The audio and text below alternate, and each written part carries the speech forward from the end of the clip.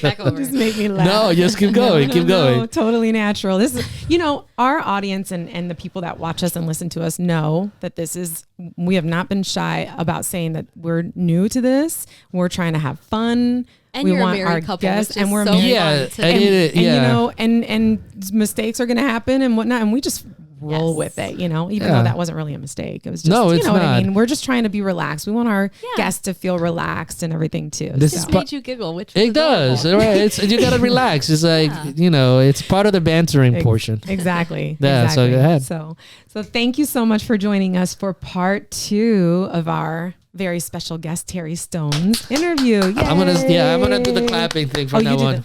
How about I'll do it too? Yeah, we all We do can it. all do it. Oh, okay, Yeah. I'll do it. I'm your host, Jesse. This is my husband and Hello, co-host, everybody. Omar. And of course, Here I we're with am. Terry Yes. again. All right, Terry's back. Terry's times. back. Yeah, we're excited to have you back. Thank you. So, all right. So we left off with on part 1.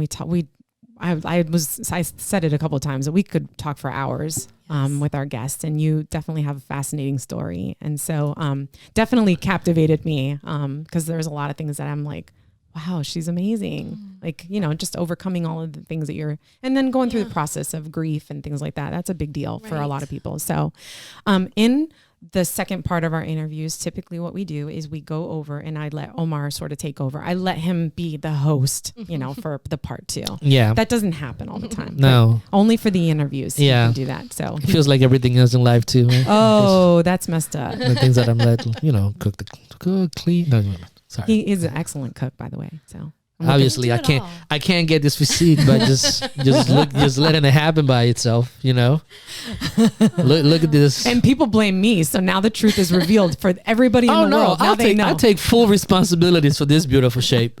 Dad bod, maybe? The Dad dad bod, bod. He's yeah. definitely I'm got- not afraid to hide Oh it. my God. I watched this video on TikTok. Oh, I'm so addicted to TikTok. Me too. There's this one couple on there. They're hilarious.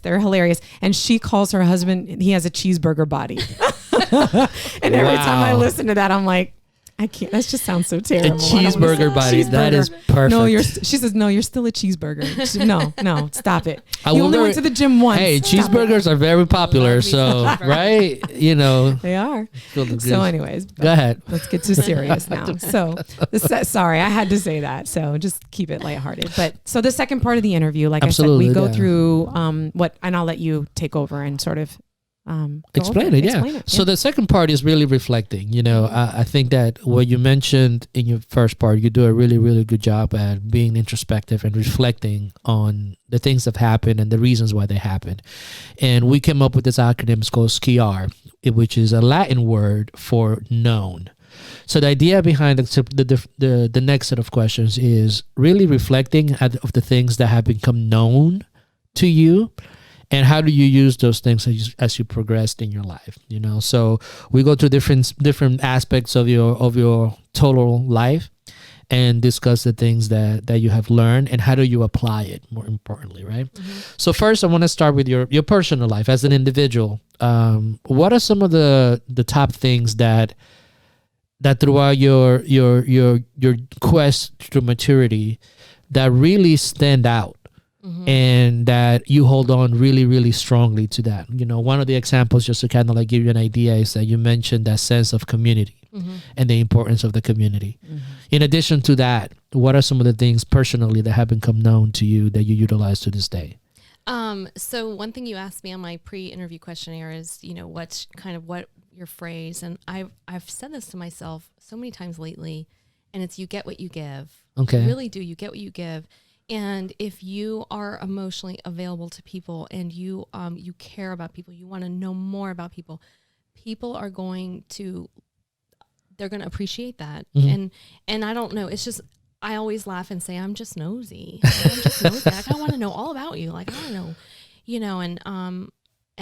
but it truly does. Like, it makes me want to know you more. And people aren't heard often. Yeah. And people, don't get a chance sometimes just to have somebody listen.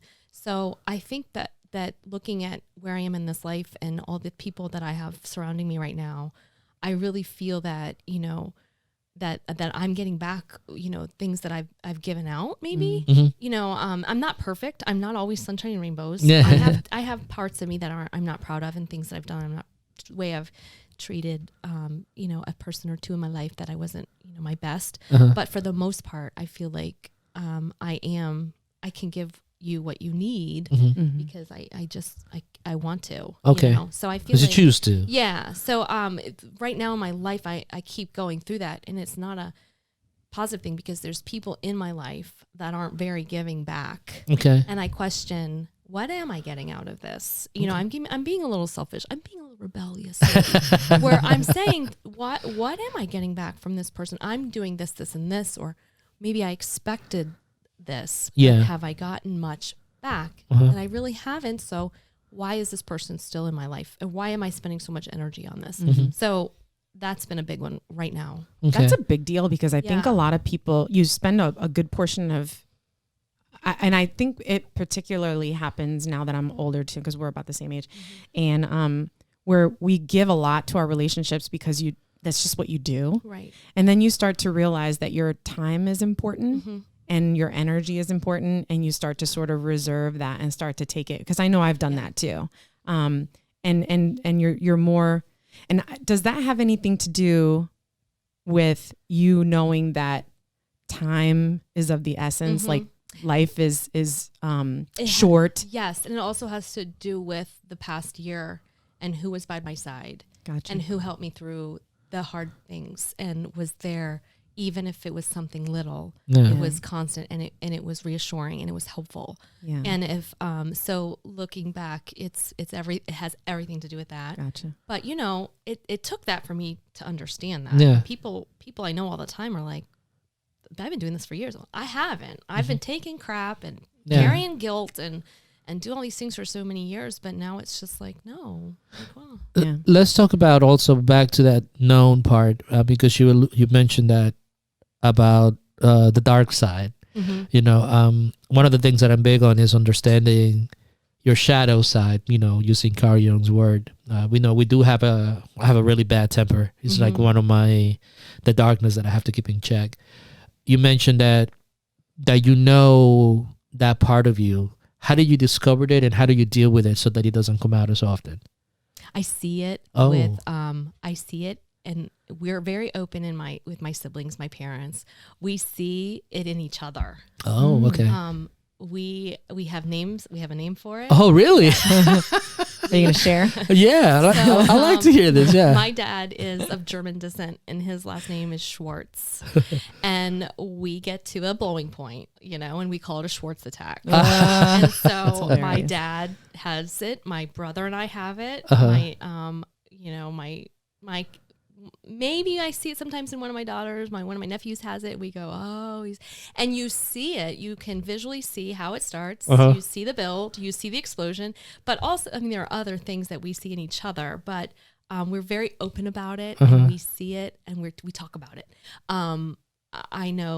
I know my limitations. My kids know when I'm getting there. And so I feel like it's just something we communicate about frequently in my family. That's wow. Good. Yeah, that's really good because the Schwartz attack. It's a very catchy term. It is very catchy. I was thinking about Spaceballs. The Schwartz is strong with you. Like I haven't ever heard that. Like you haven't heard that. I was just gonna say, have you heard that like all throughout your entire? Oh, that's hilarious. The Schwartz is strong with you. Well, it's like for people to have developed that awareness, because that's a part of the CR that we talk about. I don't know, Omar hasn't gotten there yet, but to have that awareness is and the truth to be able to say to someone, I'm getting there. About to have a Schwartz attack, right? Like I need 5 minutes. Yeah, but how healthy would that be for most any relationship, husband, wife, parents, kids, siblings, whatever, that you could actually just say, all right, I need to, I'm aware enough and I understand myself enough and this is what's happening. I need to time out right now. You know what I mean? Yeah.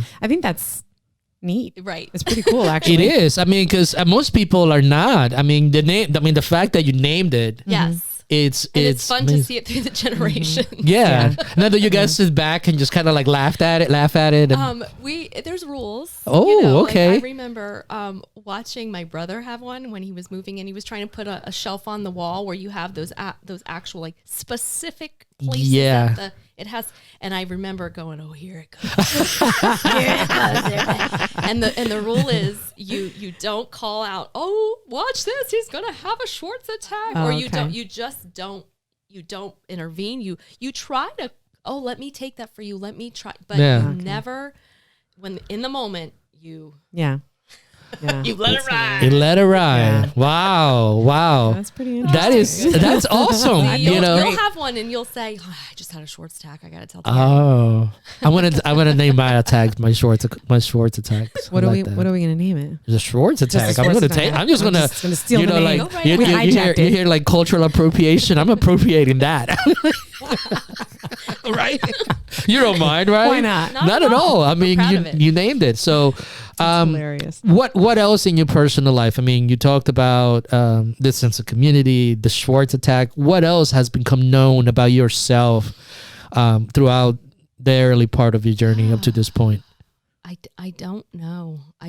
I'm at that point where I really am figuring a lot out right now. Okay. I really do. Like all the wandering I've done for 47 years has kind of stopped. Mm-hmm. And this is where I'm going, okay, what are you going to do next? Mm-hmm. What are your goals next? What do you want to do? You only have half your life is over. If you're lucky.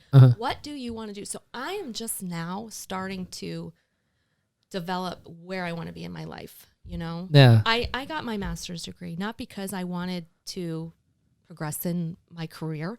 I wanted the extra money that it was going to pay. As a teacher, I knew I could not have to work extra jobs and pick up extra supplements. If I got a master's degree, I get paid more. Yeah. So that's why I mean, again, what should I do now? Oh, I'll go get my master's degree. Yeah. And I was 35 when I got my master's degree. Okay. But it was because I wanted more money. It wasn't because I had goals of becoming a leader or an administrator. Nope. Still. Do you feel like and I didn't mean to cut you off, but sure. do you feel like what from hearing your story and going, I know that we talked in your first part of your interview about you sort of evolving now as a result, and it almost seems like in your 40s that's when we start to do that. Anyways, we start to question things and we start to look at things differently. But do you feel then, because of all of these experiences to date, that now you're more oh my gosh, I lost the word. More determined.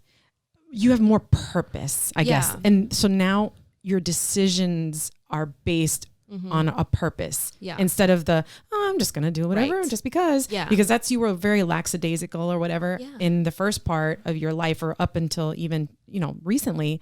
But now these things have happened to you. You've experienced loss and you're going through stages of grief. So do you think that that known is that now you're having more, you do things with more purpose? Yes. And I've always felt this job that I have is a good fit for me. I felt like maybe this is, although I don't get to work directly with kids anymore, but I do help others push to help kids.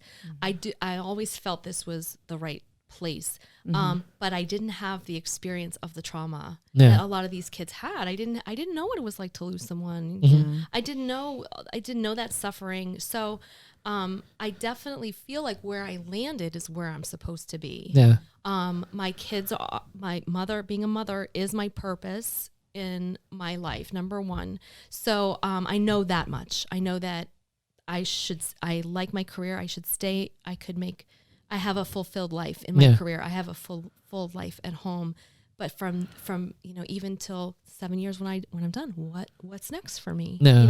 So all these things, the reflection and the future is that point I'm at where I'm. So that's a perfect segue into the next part of what's become known in regards to that question, because that's more of the existential question as to what's my next path, like what I have these fulfilling parts in my life, these aspects, and they're compartmentalized, but good. But now is venturing into the unknown. Mm-hmm. And the reality of what you mentioned earlier, it's like, we're all in our 40s, so we have 40 years left on this earth. Mm-hmm. Yeah. So what has become known to you about that uncertainty and that existential existential question and the inevitable? I go two ways, and that's where the floundering is too. Okay. I go with what's next, Terry? Like, make a list. What's your bucket list? Like, what do you want to do? And then I have the other side going, my path is laid out for me already, which kind of is how I've led my whole life. Like, I'm just going to go where I'm led and trust in God. And then, so I kind of go back and forth, and it's a weird place to be. Okay. It's a weird place to be. What do you mean by like a weird place? I mean, that's pretty interesting, because we talked to Dr. Ruther a couple of episodes before, and he talked about the fork in the road, and that sounds like the fork in the road. Yeah. So how does it feel? Like, take us through that. I don't know who's in charge of my life. I really don't. Is Okay. it me? Or because God already showed me He's going to do what He wants. Uh-huh. He's going to do what He knows He laid out to do. Mm-hmm. This is like in my brain, after all this reflection, this was what was supposed to happen. This was going to happen. This is the reasons why. Look at all this proof, Terry. This is what was supposed to happen. This is what I planned out. So who is in control? Am I in control? Is He in control? Do I make the calls? Do I decide what I'm going to do? Or should I let fate intervene, which is how I've lived my whole life, and it's come out pretty great, aside from my husband dying, So what Crazy. do I do? I don't know. I'm just really in that spot where, I mean, and luckily, and you and I talked about this at the break, I have a purpose of my kids. I have to raise my girls. I have to make sure they're okay. Yeah. And that's where I am right now. That's my only focus right now. That's what gets me up every day. That's what keeps me going. Yeah. That's my focus. It's not really on. So what's the end? Because if you feel that, everything is already being laid out, and for me, it's look, you asked that question. God said, well, this is what I've done, and this is kind of like, and I live a good life. So if that's the case, why do you still choose to be nice to people? He stole my question. That's what I was thinking. It's a good question. Because it makes me feel good. It makes me, it inspires me. Okay. It cheers me up. It is all about me, I guess, but it helps me. It helps me because like I said, that emotionality, I need that. That's what keeps me going. Yeah. That's where that support comes in, and that's where the gratitude comes in. And Terry, look at all these people that are so great. And I mean, I can't tell you, when Troy died, I had 2 months off. I had people donating. I had an envelope given to me right before Troy died from his teachers that he worked with. Wow. That literally I took and I handed over to the funeral parlor. I didn't have to even pay to bury my husband because the generosity of the people that we loved took over for me. Yeah. And I'm constantly reminded of that. Yeah. So if, that part of me continues, that part of me isn't angry. I'm still like in total awe of the support and the love that are still surrounding us. Mm-hmm. Yeah. Do you think that support and that community and I know that you have a very serious amount of gratitude for all of that, but do you think that helps you to stay focused on? Yeah. Because when you're talking about like, I don't know who's in control, this could be hijacked from me at any point, or whatever.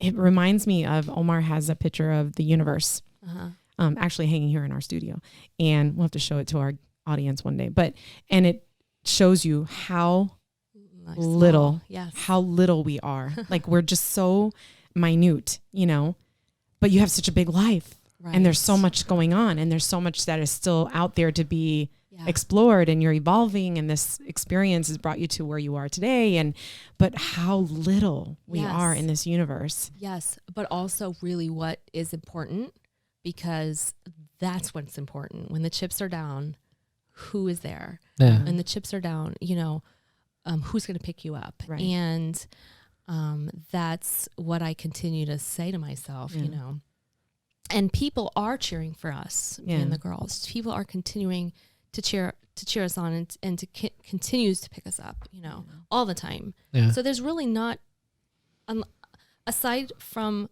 the loss and the emptiness that we feel, and that person, we have so many things around us still that we have to be, grateful for. What would you say to those people?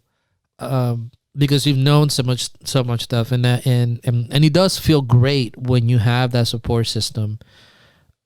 Even with all the obstacles and all the stuff, like what would you say to the people that feel alone, but they can't see that there's so much good out there too, and you chose your profession. Well, the profession chose you, but you still went into that particular profession with that same outlook of helping others. Like, what would you say to people that feel that that's not the case? But what would you say to them? I just feel like everybody has something to offer. Everybody has something to give, and everyone needs to find that within themselves. There's a lot to say about a passion and what excites you, what makes you happy. Yeah. So you really have to just find that. Yeah. That's not always easy. No, it's not. It's not always easy when there's all this, like we talked about in your part one, it's all this noise and stuff going on, and you just feel so. And you have to express. You have to express. You have to open up and let it out. And I was telling Jesse too, like people say, "How are you doing so good?" And I say, I work with guidance counselors, mental health counselors, and social workers every single day. And at least once a day, someone will go, "How are you?" And I'll say, "You have 10 minutes?" And it's like a constant, like, you too, you would come in, pop in to say hi, and we'd end up having a conversation that was like, "This is exactly what I needed today, Omar. Thank you." Yeah. And you have to be, and vice versa. And you have to be able to communicate and talk and be open and honest and without judgment. From others. And do you think the education system is evolving into allowing that? I mean, one of the things that I liked, and I don't know if you noticed this, but the Florida governor passed a resolution saying that we are required to have a minute of silence every day. And you could pray, you could meditate. There's no discussions going on. It's just time for a student just to be. Is the education system evolving more into doing that? Like, what are some of the things that they're doing in addition to that to make sure that our kids are evolving in that they have that space? Yeah, we're trying to bring back that sense of community to our classrooms, and it's much harder in for middle and high schoolers because we have 7 classes a day, and they're coming and going, and these poor teachers have 130 kids a day, and there's no time to sit and get to know you. Yeah. But this is what our kids need most right now. So the fact that we're pushing in things that we need them to do, community building circles, and we're trying to do more of mental health awareness and what things to look for, and really even for people like our bus drivers, you're the first person they see every morning, a greeting, "Hi, I'm Miss K, welcome, have a great day." Simple things like that. Like some kids don't have that. Some, it's just the awareness. So it's a really amazing time right now in education for the mental health components. So. And again, it's like this translates to everything in life. I mean, because we are evolving in terms of being nicer to people. Yeah. How long, if somebody asks you how you're doing, just that. I know. Makes such a difference. Makes such a difference. Yes. Yeah. It's helped me tremendously. It's gotten me through hard times. Yeah. It does. I mean, that's like one of the things that I really enjoyed about what I see happening in education. I mean, we understand that you will get the knowledge, and we could get the knowledge a lot faster now because of technology and things, but just getting back to that human connection. Yes. It's very key. And that's kind of like the epitome of your professional life and personal life. But now I want to get into like a theme of your quest, right? Which is, and I segue really quickly, right? That's okay. I was actually going to go into this. So that's good that you're... kind of like the theme of the last year of your life, which is really confronting death so close to you. Can you take us through that process? You alluded to, Troy's, the beginning of the disease and the progression of it. I know this is going to be a little hard, but can you expand and let us know, okay, how did it start and how did it progress and how you dealt with it along the way? looking back, and that's a very much a big part of the process of the grief is that timeline of events and really going over it in my head over and over and helping my girls to see how this all went down, because it was within a year. Yeah. He started 2000. I mean, he's always had funky blood work, and we always were monitoring, and he'd always be like, it's okay. It's not a big deal. But, his mom passed away. My husband's mother passed away when he was 9. Oh, wow. And she had some funky blood stuff too. So it was more of like wait, this is kind of weird that, and then it just became, you just don't look good. What's going on? So we had started to amp up and push the doctors for more specialists. Can you please give us a referral to this, and this? And the process happened very fast. It was January. We were really worried about how bad he looked. February, he was in the hospital. And it was sort of like the doctor down in Jupiter was like, this is what's going on with you. Like, wow. You're gonna need a bone marrow transplant. Your organs and then the spiral started. And then COVID hit, which was a blessing and a curse, because as sick as Troy was, when you're not producing blood and bone marrow, you're very tired. Yeah. And so to be a teacher all day, 11th grade American history, he was tired. He was exhausted. So COVID hit. And we were able to just, okay, thank God you're home. You can rest. And I was still doing my job at home. He was doing his job, what he could, but I was picking up the pieces at night. Yeah. So that entire spring, it was me working my day job. And then at night, he trying grade papers and answering emails and creating coursework that we then had to transfer to a different platform that he was used to, being an old school teacher with PowerPoints 10 years old. No, now we gotta do this. And so he was just like Google Classrooms and all this stuff. Yes. Like, I cannot handle this. It was really hard. So my days were spent doing that from March to April, May. It was my day job and then my night job. Meanwhile, keeping an eye on him, keeping my girls, you're Zooming, what do you got? It was a blur. It's all a blur. It was very difficult. Then the stress of, I'm just going to try to go through this fast because everybody's been through it, but the stress of just COVID in your home, for us, it was terrifying because we knew if he was exposed and he got sick, the doctor said he will die. He is not strong enough. Right. And so then it was a total isolation. The girls could not do their travel sports when they're very competitive. They're in very competitive clubs. So they knew their team was practicing and they weren't. And here you have 2 social kids that I love sports, and it was something Troy and I battled with, like, Terry, let them do their sports. No, if I can't have them with a burden that they could bring this home to you, like that's not fair to them. If something happened to you because of the exposure, they would blame themselves their whole life. So that time was very hard for our family. And then once school started, he actually did take the leave. Okay. And that was hard. And then it was even more challenging because he had gotten so much worse through the summer. What was his state of mind as it was going through this? That's my biggest regret when I think about his death in the past year, is that, and my therapist was funny. Because she actually got to meet Troy the last few times, because I was really pushing the counseling on him at the end. And she got to meet him, and she said, Terry, if I would have just listened to you, I would have thought everything was going to be fine. Yeah. And he was going to be fine. Because in my mind, we were going to get through this. I was doing everything. I had total control of the medication, the amount of proteins he needed. I had everything. I knew exactly. I had a notebook this thick of everything every doctor ever said to me. And I had record. I was on it. Yeah. This is not going to happen under my watch. And so she was like, if I would have known that, if I would have believed you, and it wasn't until she met him that she was like, oh no. And he had said to her, and she shared this with me, he never let his emotions show because he didn't want me upset me. And I didn't want him to see me sad because I didn't want him to think I was giving up on him. Yeah. So here you have 2 people that love each other so much.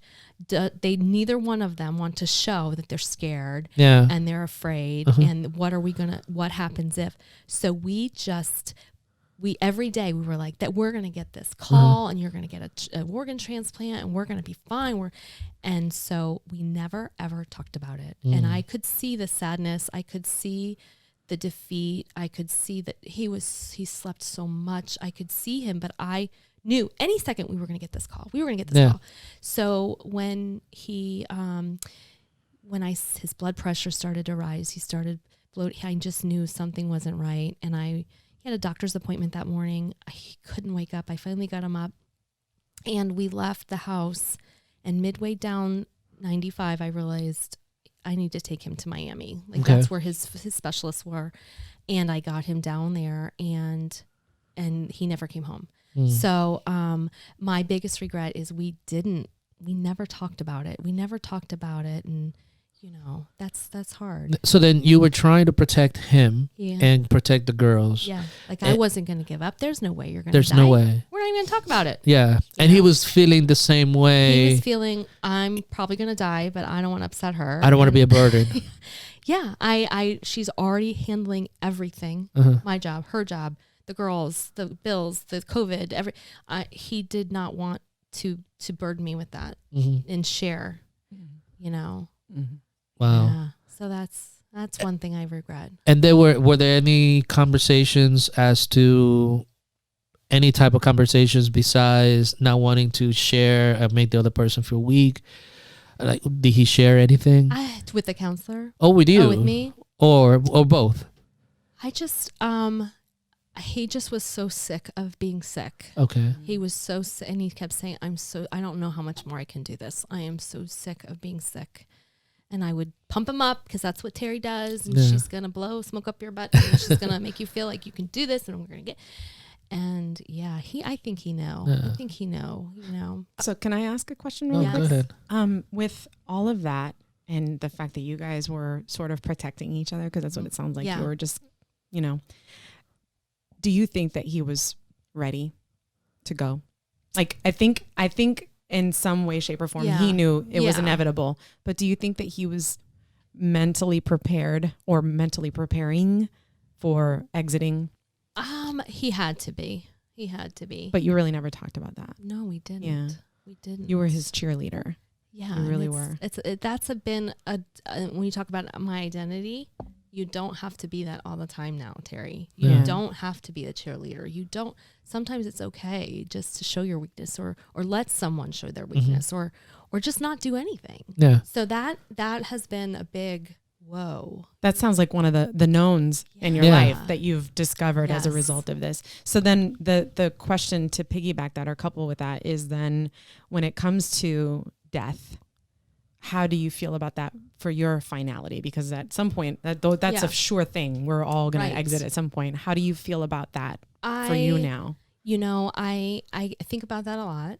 I, of course, pray every single day that I live long enough to be old so that my girls don't have to worry and be scared that, that I'm going to go. So I pray every day that, please just let me have a long life for them. Yeah. But when I go, I've always felt, Terry, you've gotten everything you've ever wanted.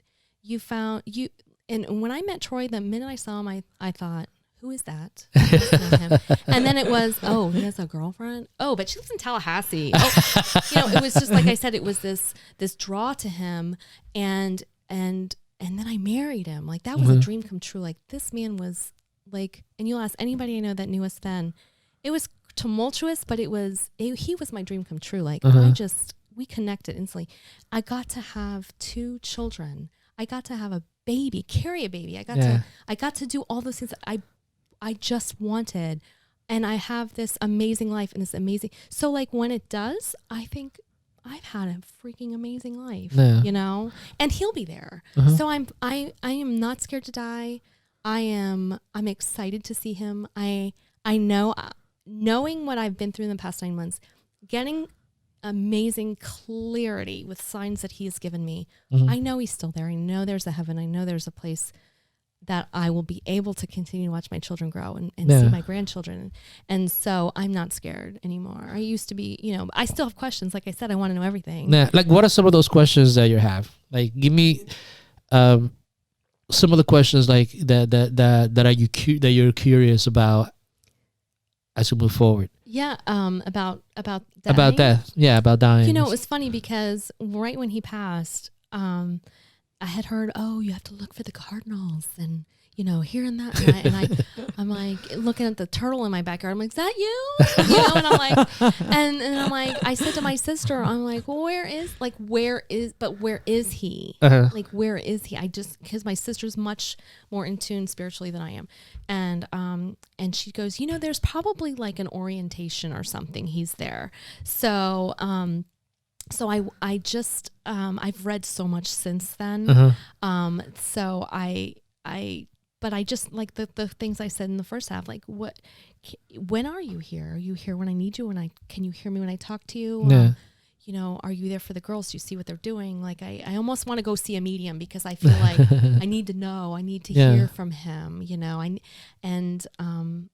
I ask him even this morning, please help me with this 13-year-old. Like, please help me. I wish I could just let me close my eyes and hear your voice. And sometimes I do, Yeah. So it's all those questions of the unknown. But I know there'll be an afterlife. I feel there is. I feel that there's.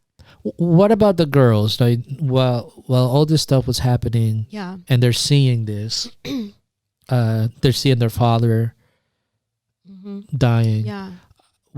How do you engage with them? Yeah. How do they engage with you? How do they engage with the situation? So, it would be, we'd be saying goodnight. And at some point, Troy couldn't get up the stairs anymore. So I'd be kissing them goodnight. Mm-hmm. And my at the time 10-year-old, Mom, is Dad going to die? And at first I was like, no, Dad's not going to die. He's just, we're going to get through it. And then it was, okay, if Dad dies, we're going to be okay. Yeah. So, and with the 13-year-old, she is angry. She is very much, she does not want to share emotions. So she's very closed off. I feel her pulling away from me, withdrawn, and I'm pulling her back constantly. I started getting her in counseling, although it's kind of a fight every time, but I've noticed like the optimist is like, she's fighting me less every time. Every time, yeah. So I think she's liking it. Yeah. The younger one I haven't seen the stages yet. Mm-hmm. She is my protector. She is my, Shelby won't hug you. I will hug you. I'll give you 10 hugs. So she's become the protector, which, I love it. But I don't want her to feel that she has to be that to me all the time. So it's in that sense, that's where I'm busy. So she sounds a lot like you because she's the second born. She doesn't want to upset me. Yeah. She wants to please me. She's cued in on my ups and downs. She's emotional. She's her and I, why Shelby is so having such a hard time is because Troy was her person. And when I yelled at her, she'd go to Dad and she's so mean, and Dad would say, I know. Yeah. So, has she have any of them mentioned to you, like why did this happen? How did they come up and answer that? They've been through it like all along with us. It's been, okay, this is what, and that was my attempt to keep the anxiety low. Okay, this is what's happening today.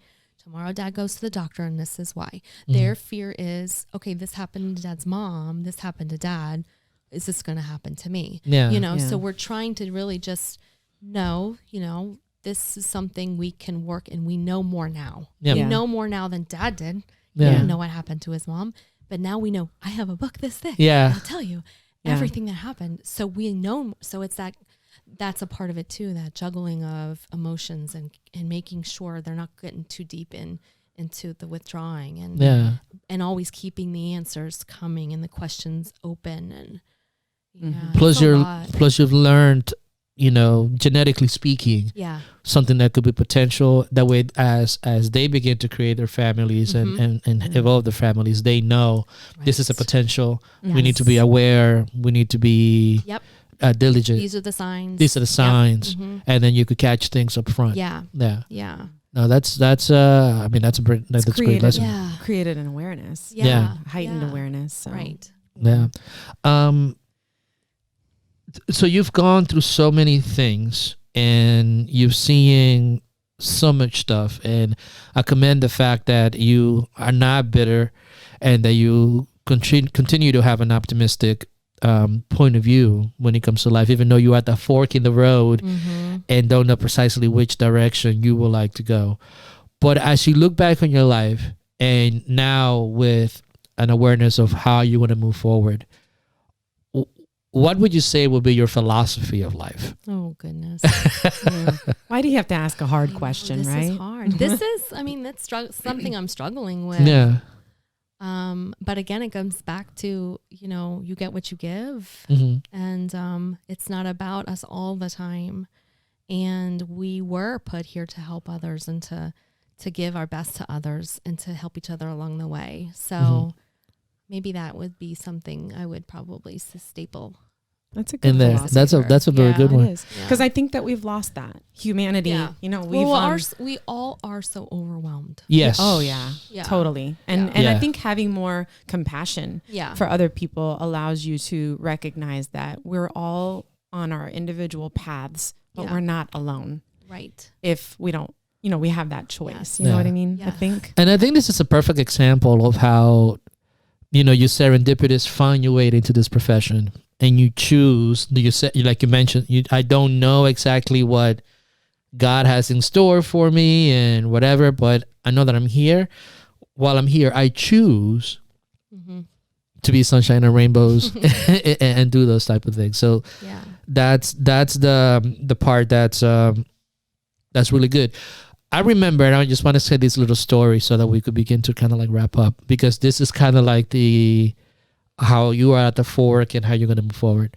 I remember you and I having a conversation with a student, and another educator was there, and she was very adamant about I knew from the beginning what I wanted to do. This is who I am. This is what I always knew what I wanted. And then you and I looked at each other and we're like, listen, we're here, but we didn't know exactly what we wanted. You know, I don't know. Okay, we're just going with it. But, you know, you could also have that choice too. What do you say to those Generation Zs and millennials that are struggling with that question, and, you know, but you could still make a life that's worthwhile? What are some of the tips and some of the things that you will say to them? Well, you always ask, you know, when you're a grown up, you always ask the kids, what do you want to be when you grow up? Yeah. And it's funny because I tell kids, this job that I have, it's made up. Like, it's made up. It's molded into this from the need that was created because we had a problem. And so you always just have to first, before you even decide what, you know, and this is where all these surveys come in that we like to give, you know, our middle schoolers, career interests, like, but really, what are your interests? What are your passions? And then maybe you just let the dice fall where they, you know, where they go. So, that's kind of what I say. You know, I laugh and say, I still don't know what I do. I just, I know what I love. I know what inspires me. I know what drives me and motivates me and what I thrive on. And I kind of just look for that in a job. And if it doesn't fit, then you know, you're quietly trying to find it, kind of like what you're doing in your life right now. You've done the blue collar jobs, you've done this route, you've done this, and you feel the pull to do this. So I think that for our kids, even more importantly than deciding a career path and, you know, let's get you dually enrolled. Let's just figure out what you love. What do you like? Yeah. What do you like? What do you like to do? And, you know, because that's where you hook them. Yeah. It's I agree. not a test score, or it's a hook because if you got them doing what they love, they're going to excel and they're going to flourish. So definitely. Yeah.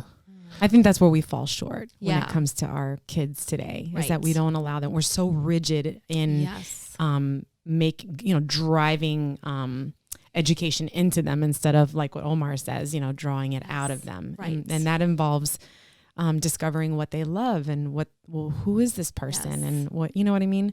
And that's a big deal. So that's a good one. And that requires adults to stop and have conversations with kids and build relationships with kids and care and tap into all that. Sometimes it takes a grown up to go, I've noticed you know, even my neighbor, she is starting 9th grade next year and she signed up for like computers for her elective. I hear her singing on a little piano and I'm like, why are you not signed up for chorus? Yeah.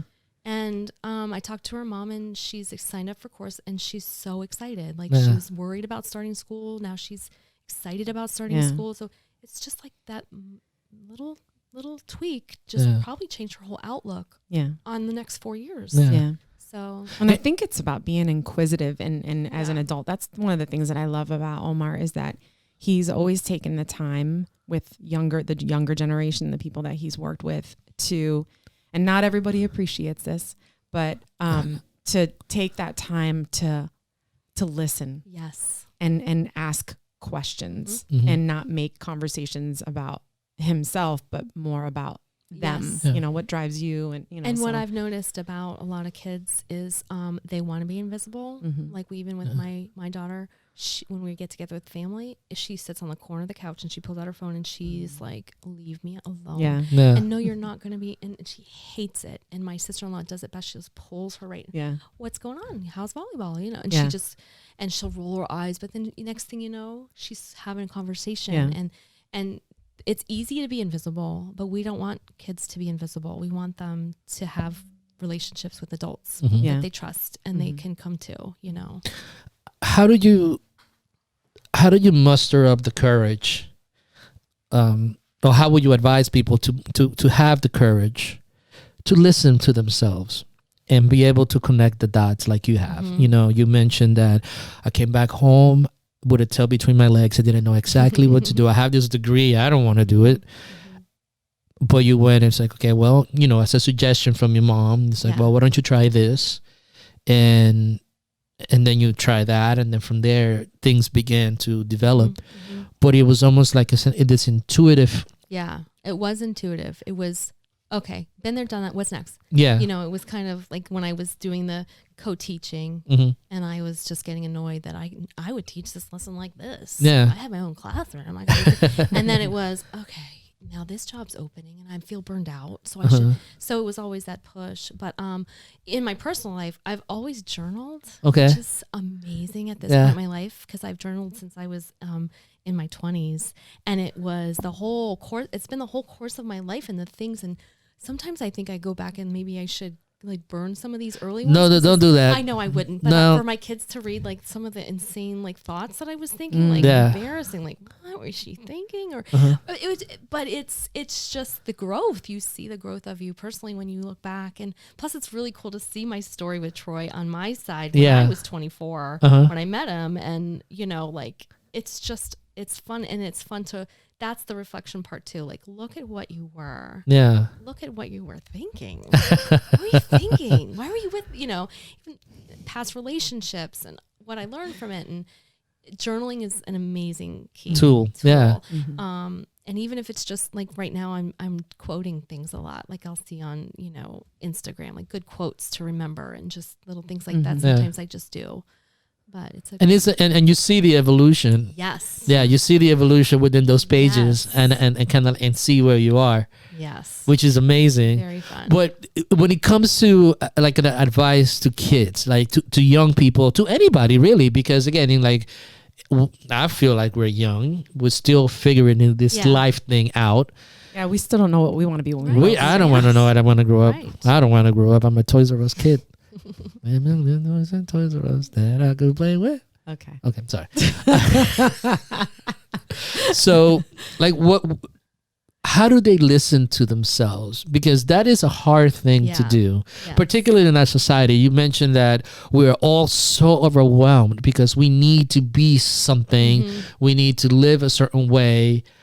How do you listen to that part of you and accept the fact that it's okay to shift and move in different? I've always had that voice in my head, and she's never steered me wrong. And it's kind of just tapping into that and really listening to, and I battle, I battle in my brain all the time. What's right, what's wrong, what my therapist said, what I feel in my heart I should do. Like it's a constant battle, but it's heard and it's worked out in there somehow. So I don't know. I don't have an answer. But you listen to it, which is great. That's like, and one of our theories is that is your soul speaking. That the soul is the accumulation not just of your emotions, but also your thinking capacity and the experiences that you've learned and learning from other people and having a support system. Is that combined idea needs to be heard. It needs to be argued inside our minds. There's a lot to be said, and this is something else I've learned for the the quiet and the stillness, because that's when you can listen to your thoughts and work that out. Even, I see Troy most, or I hear from him the most when I'm quiet. Yeah. And when I'm just being. And I never understood that term, just be. What does that mean? Just be. How you can just be, but now I get it. You have that quiet. Even if it's just driving home and you're not listening to the radio, you're just processing your day. I mean, there's something to be said for that time to just kind of decompress. And do you fear that quiet time? Obviously you don't fear that quiet time. You crave it. I do, because I don't get it. Being like, I feel like the fact that I'm the sole parent, especially it's summertime, like I'm never alone, and then there's the guilt that I come if I do pawn my kids off, that the guilt that they don't want to go, and why are you making me go there? And I don't and it's but there really is not much time for me right now, but that's okay. That's okay. It's where I'm at. But you savor those moments. I do. When you do get bring them. back the gratitude and say, at least I have things to do and the purpose to get up. And it sounds like, and I'm sorry to cut you off. I get excited. I think really what I take away from interviewing you and having you with us today is that for both of your interviews, I come away with,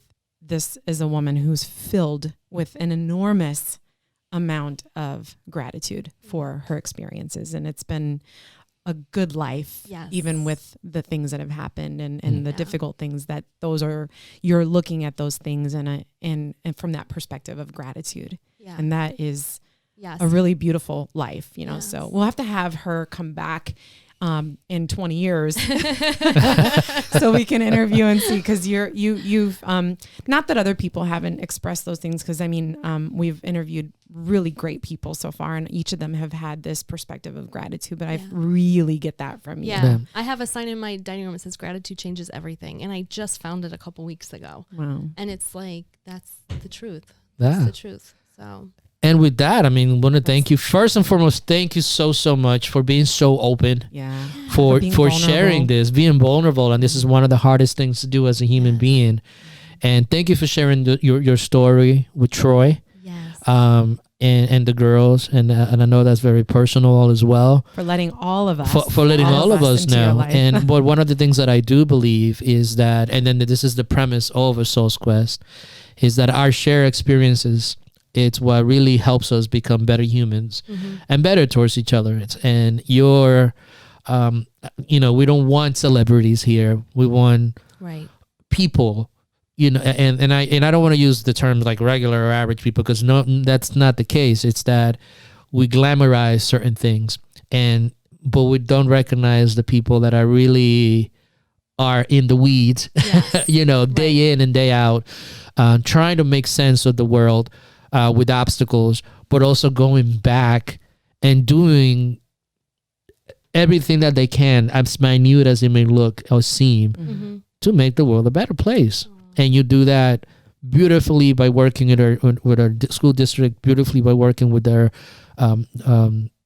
teachers, our students, our guidance counselors, and working firsthand with you. It was something that I'm very thankful for that experience. And thank you for the therapy session. I needed it too, so it was awesome. It was like really, really awesome. So, thank you so much for being here, and thank you for being a soul quester. Really appreciate it. Yeah, thank you. Yeah, for being a part of our community. Yes. You're a soul quester now. You know that, right? Okay. Good. Yeah, you'll get the shirt too. We're gonna ask for the sizes later. The shirt is coming. I'm moving slow in that department. All right. Yeah, he's got a lot going on. Lots of balls in the air. All right. Well, thank you so much for joining us for Terry's second part of her interview again. If you like this, please make sure that you check out our website at asoulsquest.com. We'll see you next time. Bye, Soul Questers. Bye.